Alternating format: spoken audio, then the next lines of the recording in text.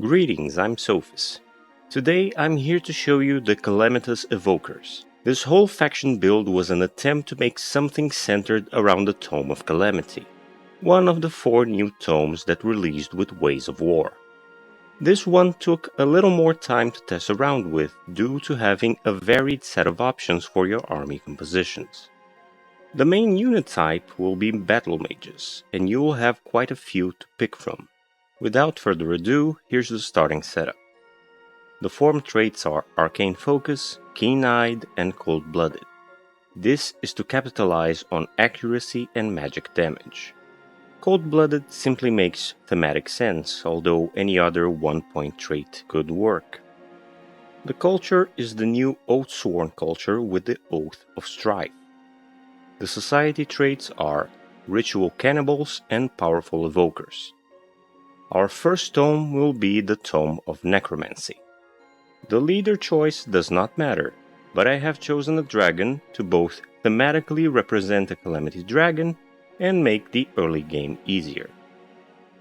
Here's the tome setup. Necromancy is the first tome choice. While Battle Mages are our main goal, the benefit of going for Necromancy is getting the reanimation options, so that you can fill and increase your ranks with undead. Skeleton reanimation is the first step on that benefit, giving you a handful of skeleton units to reanimate after combat, including skeleton mages. The Soulwell special province improvement is also a welcome addition, giving more mana generation potential and passive souls income.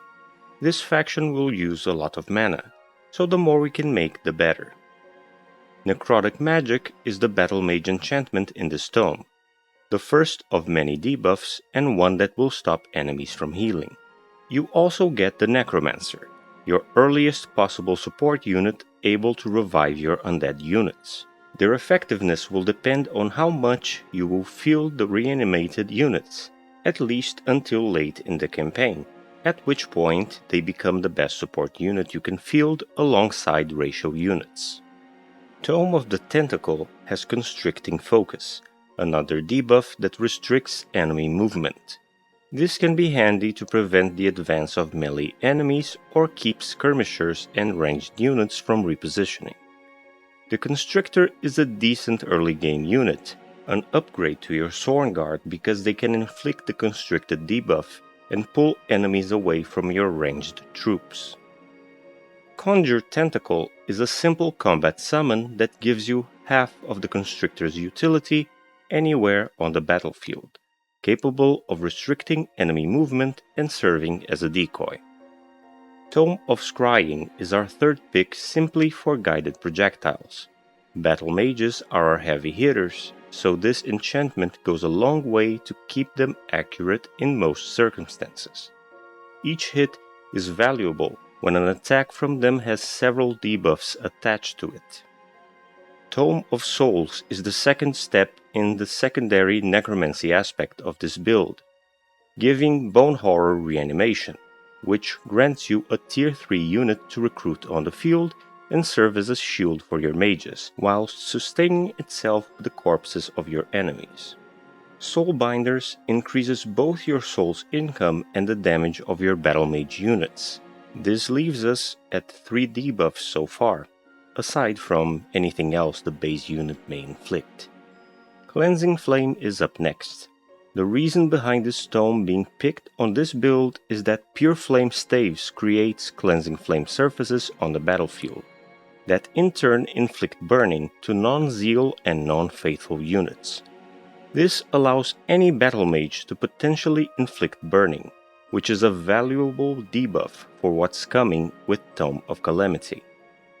The Pyre Shrine province improvement gives all your recruitable units faithful, reducing their upkeep and letting them benefit from Cleansing Flames as a buff rather than a hazard. Flame Blast Champions is a useful enchantment if you want to buff your lineholder units. If you're using mostly battle mages, it isn't as relevant. Tome of Pandemonium is where all the stacking of debuffs gives you an interesting strategic option. The Chaos Eater summons a tier 4 battle mage, and a close range mage at that.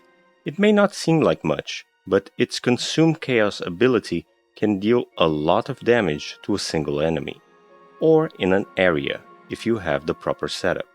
Havoc Magic just adds random debuffs to the pile of what you already inflict with your battle mages. And Vessels of Chaos increases your ratio units damage against enemies with negative status effects, up to 30%. We finally get to the Tome of Calamity. Accursed Projectiles brings the Ghostfire debuff to the fold. This is a superior burning status that will still allow enemy units to get frozen, and it is not removed by the wet debuff. The Calamity Dragon is the mythic unit summon that you get, and it could help apply Ghostfire to a lot of your enemies, through Ghostfire Storm, as well as its long-ranged Ghostfire Spike. It isn't a Battle Mage unit, however, so it will not apply as many debuffs as the rest of your army. The one unit that will synergize more with this build is actually found in the Accursed Shrine Province Improvement, which allows you the recruitment of a few Accursed units. The Accursed Trickster is the one we're looking for, as it is a Battle Mage unit, and a same tier alternative to the Chaos Eater. The benefits of it are its repeating base attacks with high chance of applying Ghostfire, and a secondary ability that lets it inflict insanity on enemies for more battlefield disruption. You also gain access to the Accursed Blade, which is a Tier 3 polearm unit, more robust than your Thornguard and Constrictors, but switching out the Constricted debuff for a Frozen or Slowed, another way to hold the line for your mages.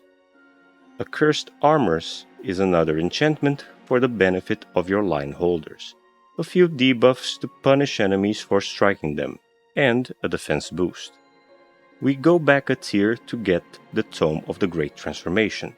Whiteborn turns all ratio units to undead, which lets them benefit from Necromancer's support abilities as well as a handful of spells you'll get along the way. Bone Dragon Reanimation caps off the undead recruitment mechanic, giving you a tier 4 alternative to raise. You could grab Fetid Legion here for your melee units, but again it isn't a requirement. We finish this build with the Tome of the Eternal Lord. True Death Magic gives an ability which gives your units a chance to instantly kill enemies. Although this does not add to their base attacks, it gives you one option, and one you will have with most of your units on the field. This one can run expensive, but late game you are likely able to accommodate it. The useful spell here is Battlefield Reanimation. Every undead on your side gets raised again, which will mean all the ratio units being fielded at this point. It runs on the expensive side, but remember that you have powerful evoker traits, and the Shadow Affinity tree contains an unlock that gives you casting points on unit deaths. Now to the campaign breakdown.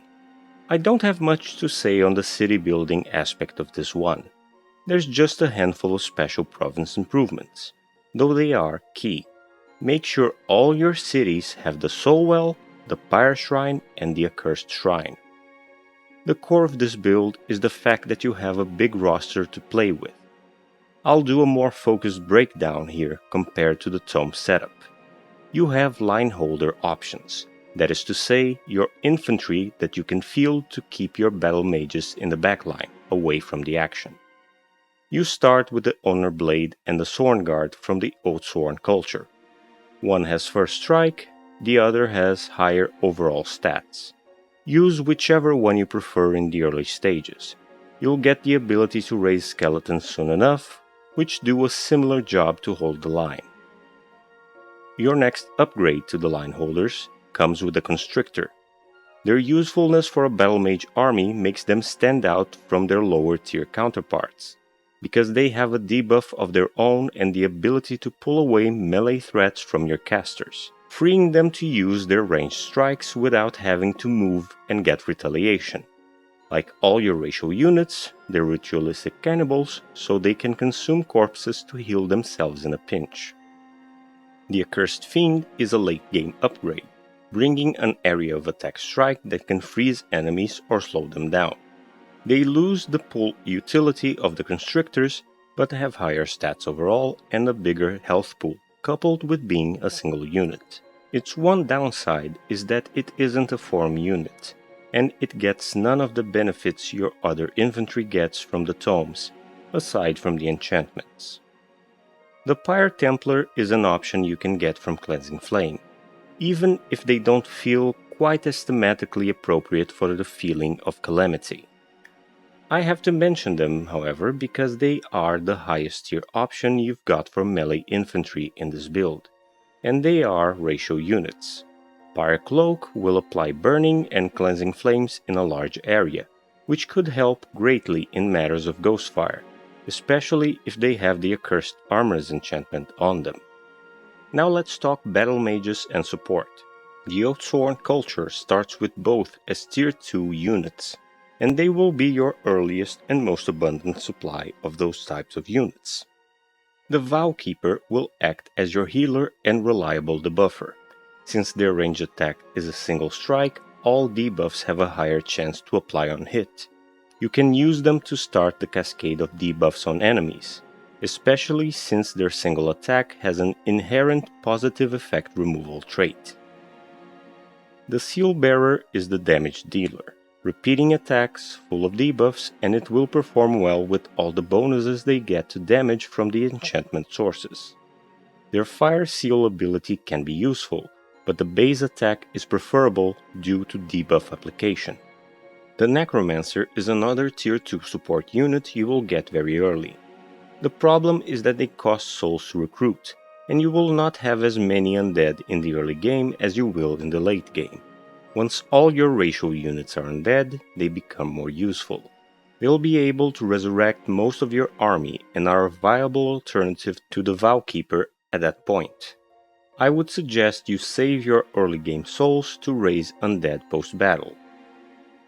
Like the Pyre Templar on the Line Holder section, I feel I should mention that you have a tier 3 Battle Mage option, even if it isn't as thematic. The Watcher is a step above your Seal Bearers. It lacks the undead synergy and is a summon, but its secondary ability has the possibility of stunning enemies. You have superior alternatives at tier 4. The Chaos Eater very much benefits from all the debuff application that is at the core of your army. As I've said earlier, with the right setup, that can mean a lot of single target or area damage. That is thanks to their ability to consume debuffs and their capacity to fire off their attacks even in melee, which makes them being pinned less of a problem. Its downside is being a summon that cannot benefit from form traits or the necromantic side of the build. However, it makes up for that with all the potential damage it has through Consume Chaos. Take good care of the ones in your army and they will help you clear the battlefield. The Accursed Trickster is another tier 4 battle mage that has the inbuilt ability to squirm itself out of being pinned down, and the means to do some crowd control with the Insanity debuff it can put on enemies. Its repeating basic attacks make it a good debuff applicator, and although they are not a form unit, they can at least get Faithful and other city bonuses as they are recruited and not a summon. The Calamity Dragon is in a peculiar spot. On one hand, it is a good debuffer with lots of abilities, as well as a short-range and long-range attack unit. But it is neither a battle mage nor a form unit, and so loses a lot of potential enchantments it could otherwise benefit from. Summoning it also requires raising a province and a handful of turns to charge up the spell, so perhaps just run a few in your armies if you really want them. Now let's talk about the undead briefly. The tier 1 skeletons you get are for the most part meant to just be filler, something to buff up the army numbers and take hits for your more important units. The one exception is the Skeleton Mage, who can at least benefit from the same enchantments as your battle mages, but not much else. The Bone Horror is your meat shield, well, bone shield. What it does is eat corpses and gives you a combat summon once it's being beaten up enough. It's certainly more reliable than the skeleton units in that regard. but it's doing you no favors compared to the utility a lot of the line holders from this build have. If you need something to take a beating in a pinch, this is it. Otherwise, don't bother. The Bone Dragon is a line holder, but closer to something of a disruptor. The fact it can fly lets it move about the battlefield more freely to take care of problematic foes. The tail swipe is good to take away enemy defenses and retaliation, and its breath attack gives 2 possible debuffs in an area. That said, you are paying quite a premium for this unit compared to others. It's probably best used if you have necromancers in your army that can reliably resurrect it so it can keep being a nuisance to your foes. But don't get me wrong, the undead are useful for this build. Having recruitment of units on the go lets you compensate for attrition. That's where their value really lies. With this unit breakdown, I hope you've got a better idea of your options and weigh what you believe might be more to your liking. This was the result of some experimenting to try and get a cohesive strategy out of the Tome of Calamity, as well as wrap it all nicely under a theme and overall faction identity. As a Strife Oathsworn, you'll get a lot of mileage from being aggressive and plundering city-states and enemy rulers alike. Ritual Cannibals gives you food and mana from winning battles, so keep fighting as much as you can. The Chaos Affinity tree ought to give you plenty of additional benefits to this particular playstyle. You'll certainly want to watch out for running your armies with too many damage dealers and not enough support. Battle mages are more fragile units, so either throw enough disposable undead and summons at your enemies, or employ line holders to do that job. And that's what I have for you today. I hope you're having a good day, and see you next time.